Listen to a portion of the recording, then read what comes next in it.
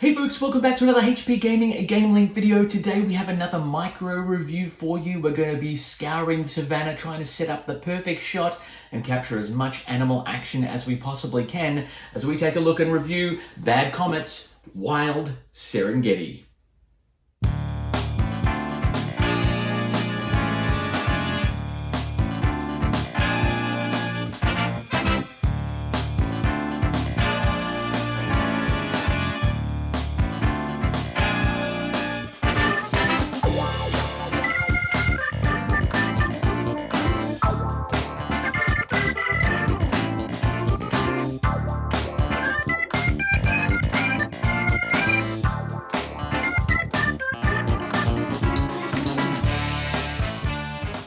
Hey folks, welcome back. For those of you who don't know me, and you should by now, my name is Matt, and for those of you joining us for the first time, thank you very much.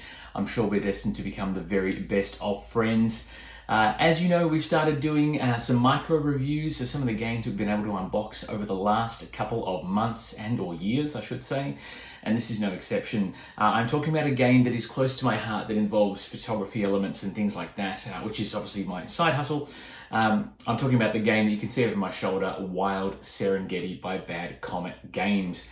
Now, this is a game where you take on the role of a documentary filmmaker, and you are set out onto the Serengeti to try and capture these wonderful creatures in their natural habitats, set up some shots, frame them as best you can, and effectively score those cards to get into your video bar and get those sweet, sweet victory points that we all know, love, and crave.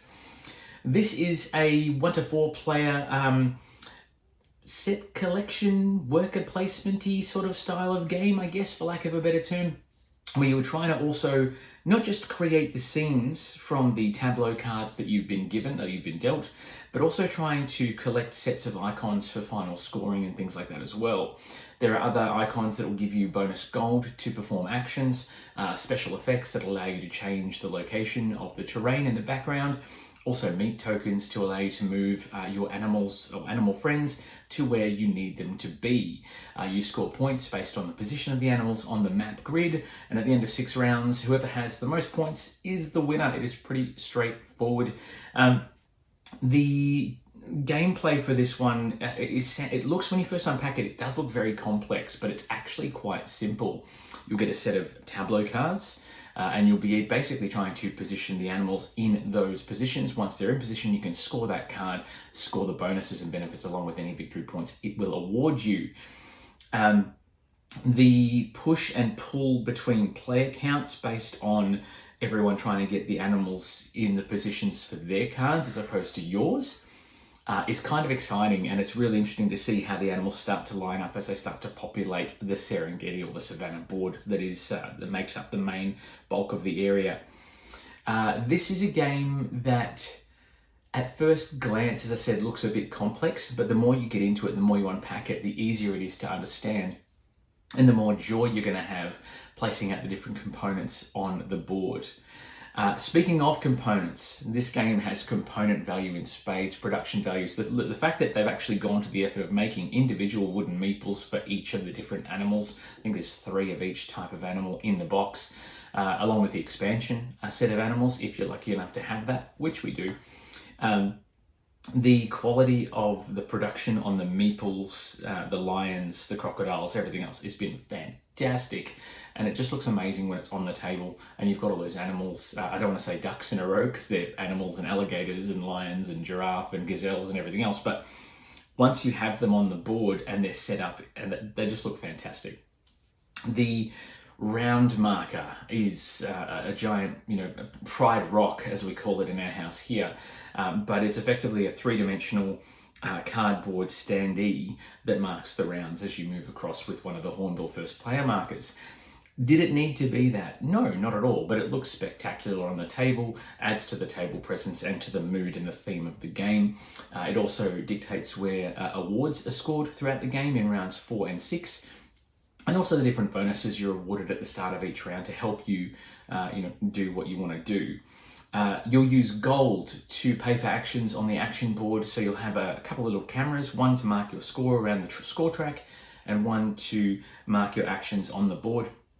and you cannot perform the same action back-to-back turns. You have to move to a different space. You'll perform an action, play passes to the next player, and then once everyone passes or can't do anything else or doesn't want to do anything else, the round completes and off you go again. Some people have said to me in discussions on the interwebs that 6 rounds for this game is slightly long. I do disagree. I think it depends. If you need to sort of think 1 step ahead, 2 steps ahead. So knowing that you've got 6 rounds to plan out your moves is vital, I think, in terms of trying to achieve victory. I do think that at 4-player counts, the 6th round, it may be a little bit long for new gamers. Once you've got a couple of rounds or a couple of games of this under your belt, however, 6 rounds will go like that. So you start off with 6 gold, which allows you to do 3 to 6 actions, depending on how much gold you want to spend and where you have to spend it.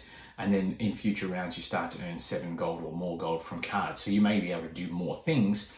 That doesn't necessarily mean the rounds will go longer. It just basically means that you'll have more actions to perform, and chances are you'll know what you're going to be doing before your turn comes around, unless someone, Charlotte, moves all the pieces around so you can't score those cards and you need multiple turns to actually do anything.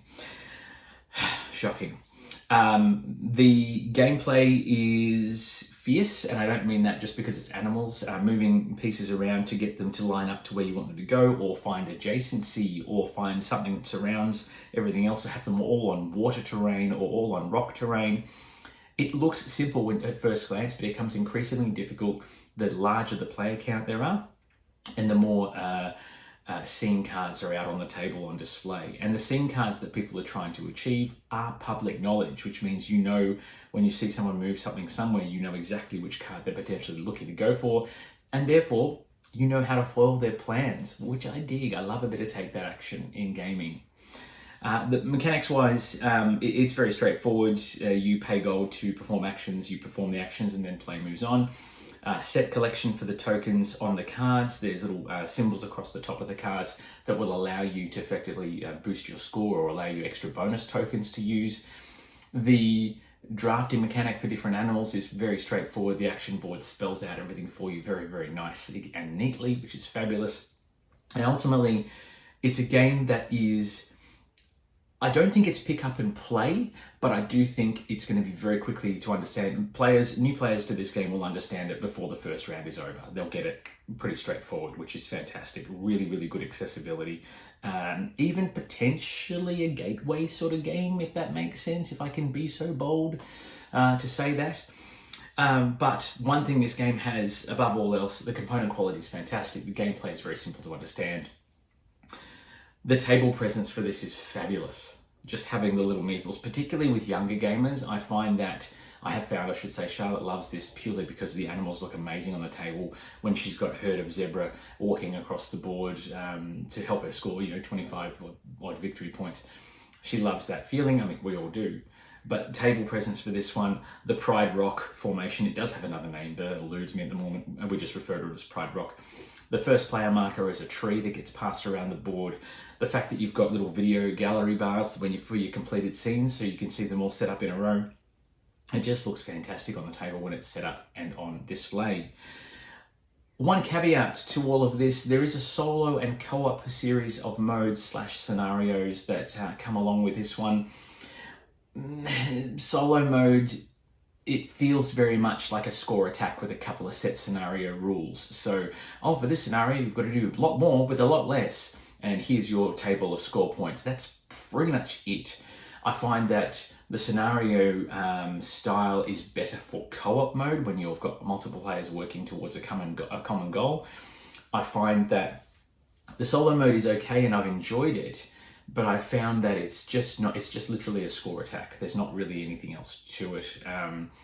The scenarios add a different challenge, which is great. Don't mind a challenge at all, but there's not, you feel like you're just trying to get your personal best, not necessarily achieving anything or winning the game, if that makes sense. So that's probably my only gripe with this entire game, this entire production. Otherwise, it's a fantastic board game experience. It plays well. It looks great on the table. there is not a lot more I can say about this wonderful production from Bad Comet. Oh, there is something else I do need to mention, and this is a bit of a kudos to the team at Bad Comet in terms of Kickstarter fulfillment, because there have been some other projects out there that have been less than forthcoming, we'll say. Yes, if you've looked at forums and things about games, getting games here in Australia, you would have come across a particular thorn in our side, which I may do another video on. We'll see how we go. But when we did our unboxing for Wild, we noticed a few of the pieces, probably one or two of the pieces were slightly damaged in transit. One of the crocodiles was missing a foot, things like that, which, you know, c'est la vie, this happens. As a result of watching the unboxing video, Bad Comet actually reached out to us. I didn't contact them, I didn't submit a job ticket. They reached out to us and they offered to replace all the parts they saw in the video that were damaged, which included a rhinoceros that I'd missed in the unboxing, the crocodile or the alligator, a gazelle, and I think the hornbill of the first player marker, or one of the birds from the expansion, was slightly damaged as well. So they actually packaged that all up and shipped it out to us almost immediately. The replacement parts came through Etherworks in Sydney. We've received the components and they look amazing. They are just fantastic. Charlotte's trying to convince me to allow us to play with the extra animals so that you could have potentially 4 crocs on the table rather than just the standard 3, just to make it more interesting. I don't know how that will go. I will let you know if that changes the gameplay style at all. I will say too, the expansion for this is fantastic. It's a lot of new cars, a lot of new animals, a lot of new roles to play as well. Rather than just having the base game, having the individual roles to give you specific player powers is nice as well. And having that, it doesn't feel tacked on, it feels built in, like it was meant to be there. And it's actually quite hard for us to step back with new players and play without the player powers, because they do add a little bit more of an interesting dynamic to what is already a great gaming experience. But that about wraps it up for this micro review. Hopefully I haven't gone for too long. If you've played Wild Serengeti, by all means, please let me know your thoughts in the comments section below. Otherwise, smash that subscribe button if you haven't already so you can stay in touch whenever we post something new. And by all means, if you have good experiences, bad experiences, I'm always open to your feedback. If you have questions about this one, let me know in the comments section below. I'm very, very excited to be able to I know there's going to be a second Wild game, and it looks like it's going to be set in the Amazon, which will be fabulous. And if this production is then to go by Wild Amazon, Amazonia, whatever they decide to call it, is going to be absolutely amazing. So look out for that when it hits Kickstarter at some point in the hopefully not too distant future. But otherwise, folks, get out there, play more games, be social, love each other, get back to the table, play all sorts of crazy stuff. Remember to check out our D&D live every Friday night here in Australia. If you are part of the interwebs, we look forward to seeing you there. Otherwise, folks, it is bye for now.